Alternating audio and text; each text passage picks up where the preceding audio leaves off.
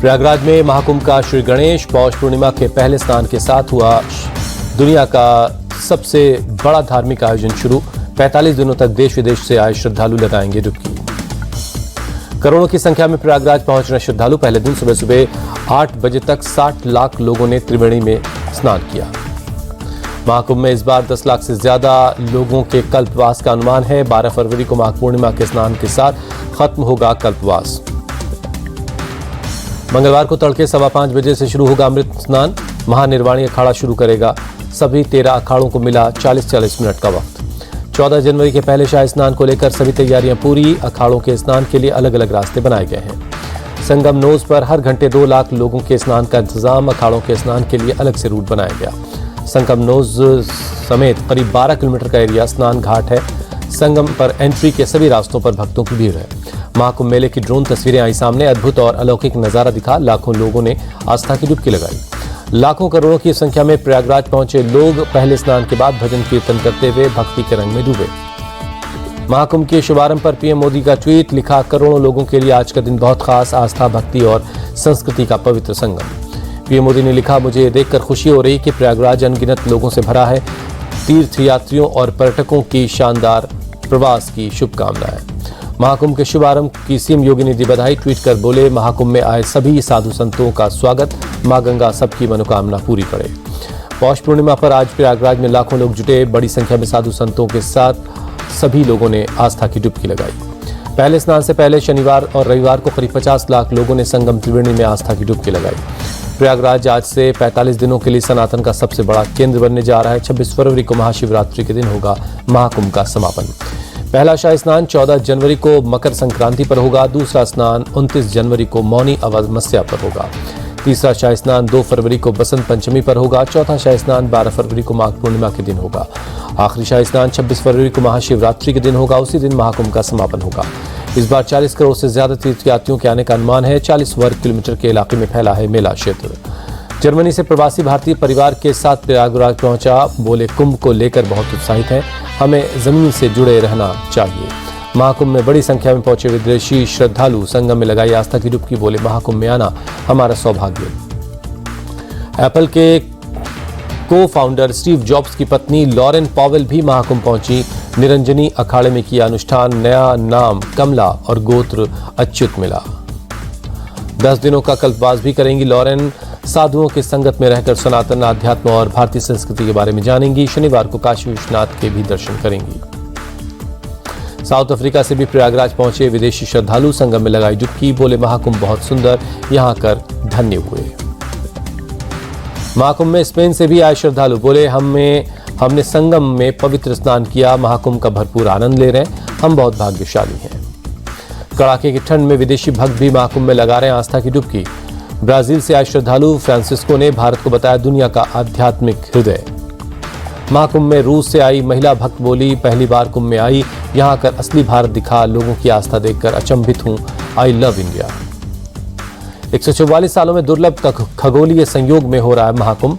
महाकुंभ को लेकर गूगल ने भी खास फीचर शुरू किया। महाकुंभ टाइप करते ही पेज पर वर्चुअल फूलों की बारिश हो रही है। महाकुंभ में स्नान के लिए देश भर से बड़ी संख्या में पहुंच रहे लोग उत्साह और भक्ति में डूबे दिखे। बोले, प्रयागराज जैसा स्थान पूरी दुनिया में नहीं, यह तीर्थों का राजा है। प्रयागराज में उमड़ा भक्तों का सैलाब। श्रद्धालुओं की सुरक्षा के कड़े इंतजाम। चप्पे चप्पे पर पुलिस और सीआरपीएफ टीमें तैनात है। सुरक्षा की दृष्टि से महाकुंभ मेला क्षेत्र में लगातार गश्त कर रही पुलिस। देश विदेश से आए लोगों के सुरक्षा के इंतजाम है। महाकुंभ को लेकर डीजीपी प्रशांत कुमार बोले, श्रद्धालुओं को बेहतर इंतजाम दिया जा रहा है। भव्य, दिव्य, डिजिटल और सुरक्षित कुंभ हो, इसके लिए पूरे इंतजाम है। महाकुंभ मेला क्षेत्र के एसएसपी राजेश द्विवेदी बोले, लगातार भक्तों की संख्या बढ़ रही है। कुंभ का पहला दिन शांतिपूर्ण तरीके से चल रहा है। सुरक्षा के पुख्ता इंतजाम है। राम बाहुबली दास उर्फ बाहुबली बाबा पंजाब से साइकिल से पहुंचे प्रयागराज। जलवायु के बारे में जागरूकता का दे रहे हैं संदेश। बाहुबली बाबा ने जगह जगह रास्ते में पौधे लगाए। संगम तट पर भी फूलों के पौधे लगाए।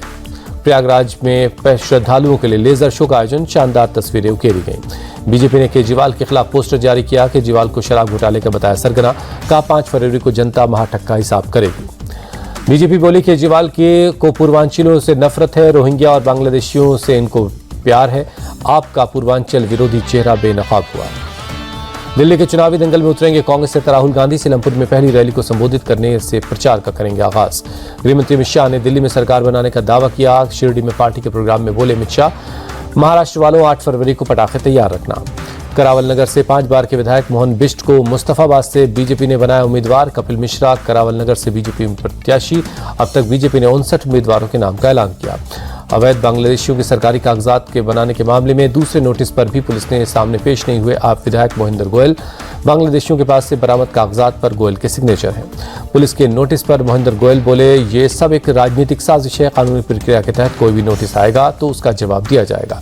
बीजेपी नेता स्मृति ईरानी ने अवैध रूप से बसे बांग्लादेशियों का मुद्दा उठाया। कहा, आम आदमी पार्टी की सरकार की वजह से दिल्ली के लोगों के अधिकारों का बांग्लादेशियों पर का कब्जा हो रहा है। बीजेपी सांसद रविशंकर प्रसाद बोले, अरविंद केजरीवाल रोहिंग्या के मुद्दे पर चुप रहते हैं, ऐसे सीएम से क्या उम्मीद की जा सकती है। बीजेपी उम्मीदवार रमेश बिधूड़ी ने केजरीवाल को दिया जवाब। कहा, मैं पार्टी का निष्ठावान कार्यकर्ता, ऐसे में सीएम पद की बात करना बिल्कुल बेबुनियाद है। रमेश बिधूड़ी बोले, अरविंद केजरीवाल अपनी हार मान चुके हैं, दिल्ली की जनता में आपके खिलाफ नाराजगी है।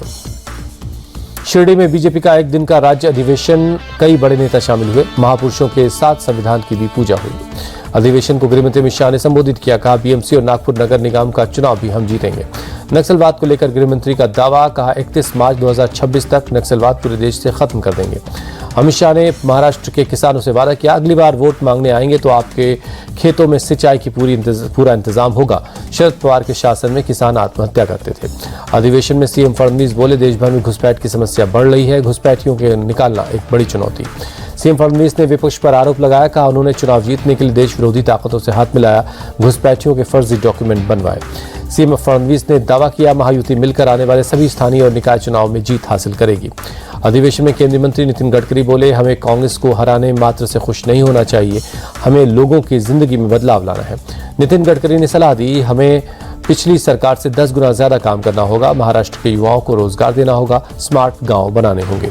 नितिन गडकरी बोले, चुनाव हारने जीतने से कोई बड़ा छोटा नहीं हो जाता, हमें सामूहिक रूप से काम करना होगा, समाज में बदलाव लाना पड़ेगा।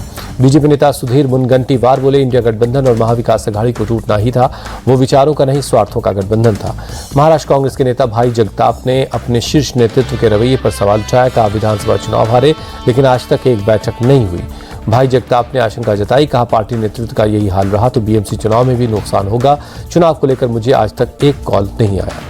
महाराष्ट्र के डिप्टी सीएम शिंदे बोले, विधानसभा चुनाव में जनता ने एमवीए को उनकी असली जगह दिखा दी, अब वो सिर्फ एक दूसरे को कोस रहे हैं। डिप्टी सीएम शिंदे बोले, उद्धव ठाकरे ने बाला साहब के विचारों को त्यागा, इसलिए जनता ने उनको सबक सिखाया। एसपी चीफ अखिलेश यादव बोले, इंडिया अलायंस आज भी एकजुट है, राज्यों में बीजेपी का मुकाबला करने वाली पार्टी को हमारा समर्थन है। अखिलेश यादव ने मिलकर उपचुनाव जीतने का दावा किया, साथ ही कार्यकर्ताओं को खुली छूट दी।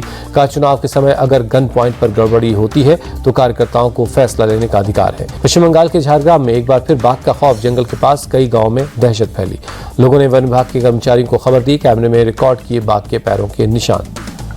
पंजाब के श्री मुक्तसर साहिब में पुलिस और बदमाशों के बीच मुठभेड़, पुलिस ने 3 बदमाशों को गिरफ्तार किया। जवाबी कार्रवाई में एक बदमाश घायल है, पुलिस ने इलाज के लिए अस्पताल भेज दिया है। झुंझुनू में मिठाई की दुकान पर फायरिंग कर 1 करोड़ की रंगदारी मांगने वाले छतरी गैंग के 3 बदमाशों को पुलिस ने पकड़ लिया है। महाराष्ट्र के अमरावती में खराब पानी की वजह से एक कंपनी के 100 कर्मचारी फूड पॉइजनिंग का शिकार हो गए।